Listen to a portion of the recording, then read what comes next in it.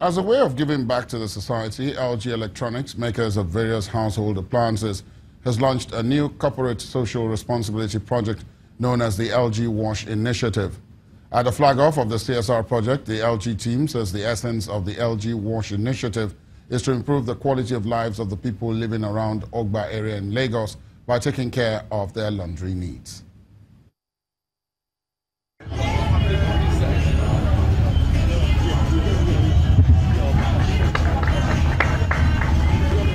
The LG team converges for the launch of its pilot test of the LG Wash Initiative. With this scheme, LG is pledging to support homes and areas by offering free laundry service for the residents. You don't even have to be a consumer to get this. Our future consumers who cannot afford our products today, and maybe they will be our customers in the future, 10 years later.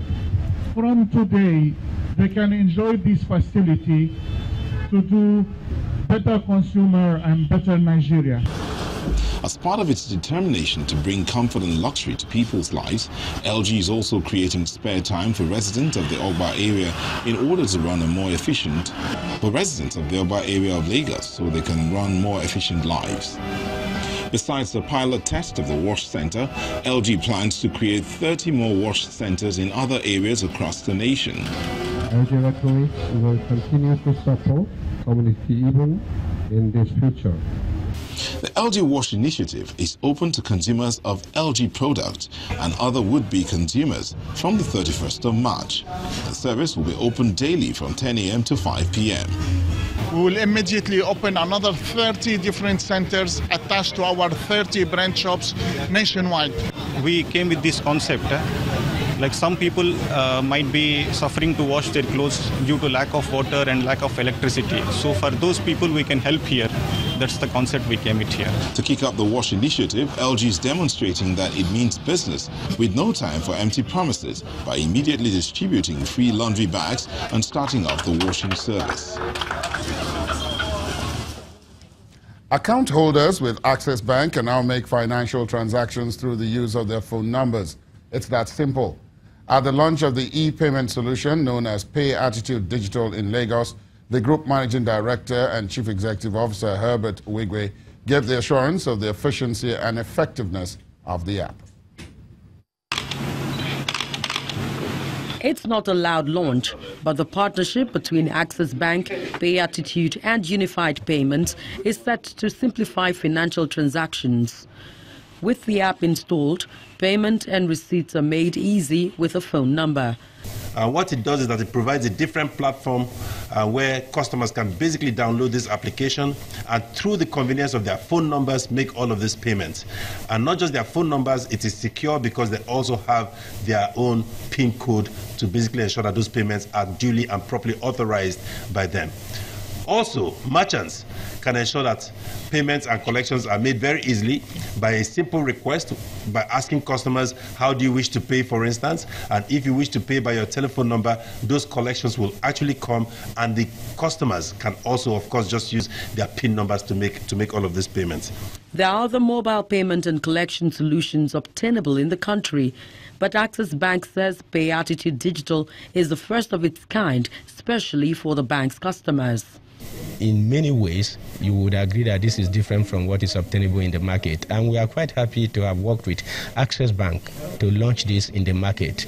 You can go to any ATM of Access Bank today and you can use phone number and you will make withdrawal. So family, friends in any part of Nigeria that you want to send money to, all you need to do is to tell the person, go to the ATM, enter my phone number, and from wherever you are, you use the telephone handset as a remote control to talk to the ATM and tell the ATM to release money. You can imagine if you want to make payments on the web, you know all the various information you need to put on, for you to be able to make your transaction. But with this solution, with Pt.3, all you need is just your phone number and the transaction is done. And it's still very, very secure. So for me, the convenience is unbeatable. With Pt.3 Digital, financial transactions for Access Bank account holders is simplified, stress-free and absolutely secured, but not without a unique PIN code. Time for the business news of the day, and here is Emena Amawe.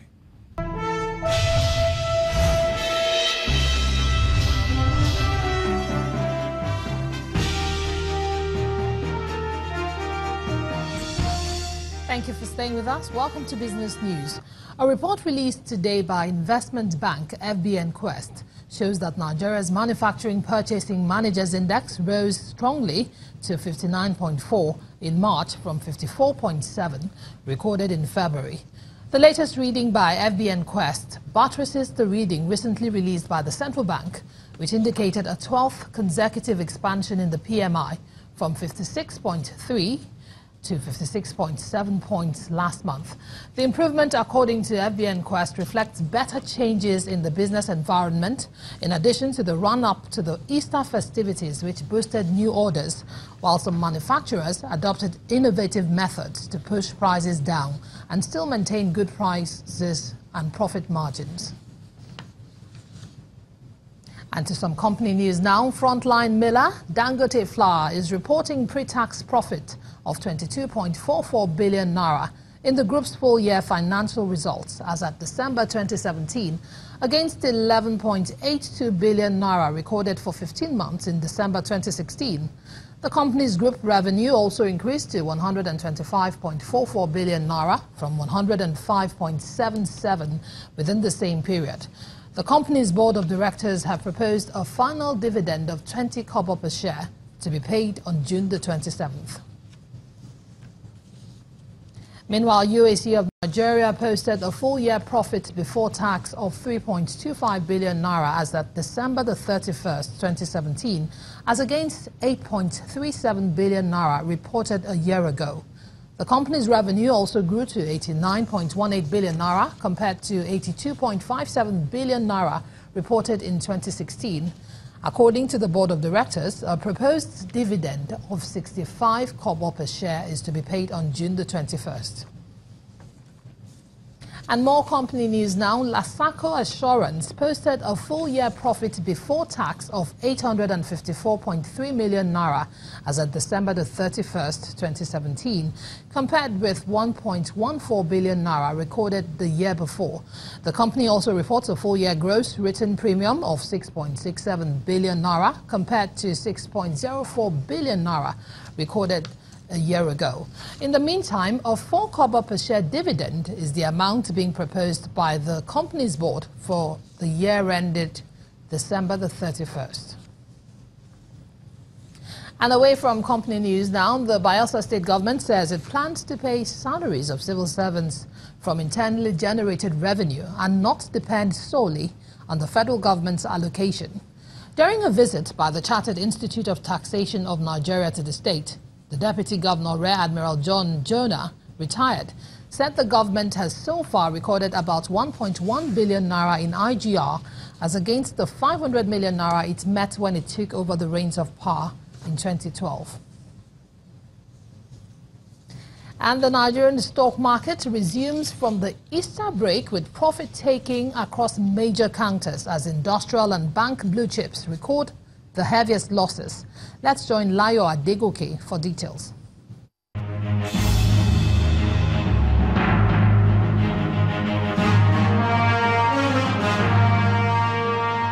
Hello and welcome to the Stock Market Report.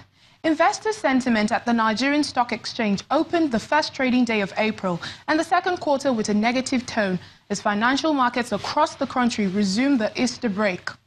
Tuesday's session recorded a 1.55% nosedive in the all-share index, owing to renewed profit-taking in bellwether stocks across the 5 key sectors, particularly from the industrial goods sector. The impact of the sell-off affected 36 equities led by Fidelity Bank and knocked off about 234 billion naira from the total value of equities to 14.758 trillion naira. On the other hand, Cavitin is top on the list of 11 gainers, while Zenith Bank, Transcorp and Sterling Bank are the top 3 contributors to a total of 365.71 million shares traded for the day. And that's the Stock Market Report. I am Layo Adegoke.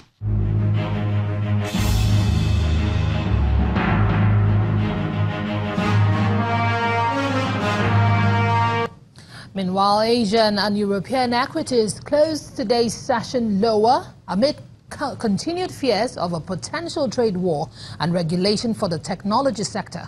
But it's a rebound on Wall Street after Monday's losses. Here's an overview of the markets.